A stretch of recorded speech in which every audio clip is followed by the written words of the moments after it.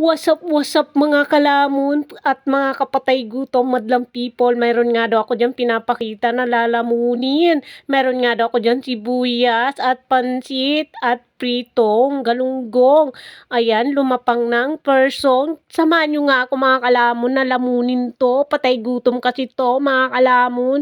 So ayan, patay gutom niya yan. Pati sili, linamon niya. Char! Nga guys, pinaara-ara na nga kayo ni patay gutom nyo ng sira niya at lada niya at pansit niya at maluto niya daw. Char! Sobrang patay gutom niya. Ayan, nasili yung bunganga niya kasi mahilig sa sili yan. So ayan, pati sibuyas hindi pinalagpas. Char! Yan nga guys, di na nga daw ako dyan kumuha ng plato at linatuhan na natin yung foil dyan. Char!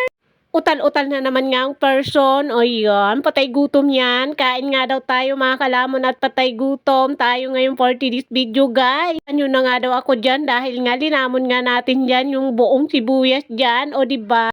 Arabo na ata itong kalamon nyo mga kalamon. Dahil nga ang pagkain ng Arabo, kinain niya na yung sibuyas na mabaho sa bunganga. Char! Nga ay mga kalamon ay mga leftover. O diba? Mahilig yan sa leftover. Mahilig yan sa tira-tira. Char! O ito nga mga kalamon, nandito na nga tayo sa mga picture ko doon sa MOA. Dahil nagpunta na nga kami dyan sa MOA. Matagal na ito mga kalamon. Hinahanap ko nga ito sa aking sa aking storage, pero nakita ko ito sa Instagram ko guys, kaya ayan, pinost ko kinuha ko siya kagabi guys, kaya ayan, sabi ko i-save ko nga ito para So, may i-post ako na maganda na picture na maraming Christmas.